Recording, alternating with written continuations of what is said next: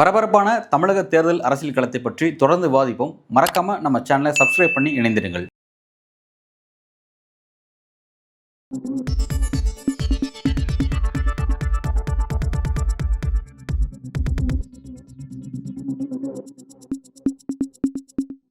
News focus நேயர்களுக்கு வணக்கம்.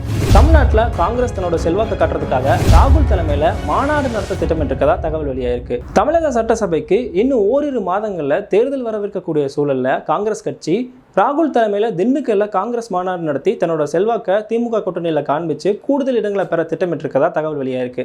இது சம்பந்தமாக கொஞ்ச நாளைக்கு முன்னாடி தமிழ்நாடு காங்கிரஸ் மாநில தலைவர் செல்வ பெருந்தகை கூட விரைவில் தமிழ்நாட்டில் காங்கிரஸ் தலைமையில் ஒரு 3 லட்சம் தொண்டர்களை திரட்டி மாநாடு நடத்துவோன்ற மாதிரி பேசியிருந்தாரு.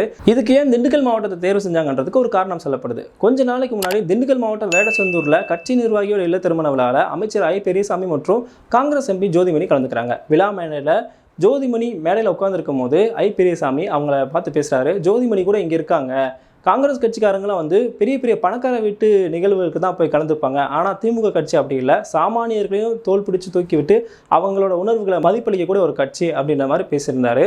இந்த கருத்து வந்து காங்கிரஸ் வட்டாரத்தில் ஒரு சலசலப்பை ஏற்படுத்தியது. அப்போவே வந்து காங்கிரஸ் எம்பி கார்த்திக் சிதம்பரம் கூட அமைச்சரோட இந்த கருத்து குப்பைன்னு விமர்சனம் செஞ்சிருந்தார். இந்த சம்பவத்தை மையமாக வச்சு அமைச்சர் ஐ பெரியசாமியோட சொந்த மாவட்டமான திண்டுக்கல்லையே காங்கிரஸ் மாநாடு நடத்தி காங்கிரஸோட செல்வாக்கை காட்டணுன்றதுக்காக இந்த ஏற்பாடு செய்யப்பட்டிருக்கதா காங்கிரஸ் வட்டாரங்களை சொல்றாங்க. ஆனால் ராகுல் காந்தி இப்போ பீகார் எலெக்ஷன்ஸ்ல பிஸியா இருக்காரு. அப்படி இருக்கும்போது இந்த மாநாட்டில் அவர் எப்படி கலந்துப்பாருன்ற ஒரு கேள்வி எழுந்திருக்கு. ஒருவேளை ராகுல் காந்தி இதுல கலந்துக்கலன்னா தமிழக காங்கிரஸ் மேலிட பொறுப்பாளர் கிரிஷ் ஷோடாங்கிற வச்சு காங்கிரஸ் பொதுக்கூட்டம் நடத்தலாம் அப்படின்ற திட்டமிட்டிருக்கதாகவும் சொல்லியிருக்காங்க. இன்னொரு தரப்புல என்ன சொல்றாங்கன்னா, ராகுல் காந்தி இப்போ முழுக்க முழுக்க பீகார் தேர்தலில் கவனம் செலுத்திட்டு இருக்காரு. பீகார் தேர்தல் முடிஞ்சதுக்கப்புறம் அவரோட கவனம் தமிழக தேர்தலை நோக்கி திரும்பும். தமிழகத்தில் அவரை கான்சன்ட்ரேட் பண்ண ஆரம்பிப்பாரு. அப்போ பீகார் எலெக்ஷன்ஸ் முடிஞ்சதுக்கப்புறம் ராகுலோட தலைமையில் ஜனவரி மாதத்தில் இந்த மாநாடு திண்டுக்கல்ல நடக்கும்ன்ற மாதிரி பேசுறாங்க. திமுக காங்கிரஸ் கூட்டணி போட்டியிட்ட தமிழக தேர்தல்களில் 2011 பொறுத்த வரைக்கும் பார்த்தீங்கன்னா திமுக காங்கிரஸ்க்கு 63 இடங்களை ஒதுக்கியிருக்காங்க.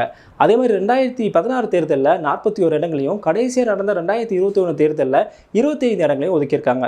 இதை வச்சு பார்க்கும்போது தமிழக அரசியலில் காங்கிரஸ்கான இருப்பு குறைஞ்சிட்டு வர்றது அதை காட்டுது. இதை தக்க வைக்கிறதுக்காக கூடுதல் இடங்களை பெற வேண்டிய ஒரு நெருக்கடியான சூழலுக்கு காங்கிரஸ் தள்ளப்பட்டிருக்கு. கூடுதல் இடங்களை பெறுவதற்காக தான் இந்த மாநாடுங்கிற ஒரு கான்செப்டை வந்து முன்னெடுத்து காங்கிரஸ் வந்து போயிட்டு இருக்காங்க. தன்னுடைய உண்மையான பலம் என்னன்றதை காங்கிரஸ் கட்சி கூட்டணி கட்சியான திமுகவுக்கு காட்ட வேண்டிய ஒரு நெருக்கடியான ஒரு சூழலுக்கு காங்கிரஸ் தள்ளப்பட்டிருக்கு. தன்னோட உண்மையான பலம் என்னன்றதை காங்கிரஸ் வந்து திமுக காட்டுமா?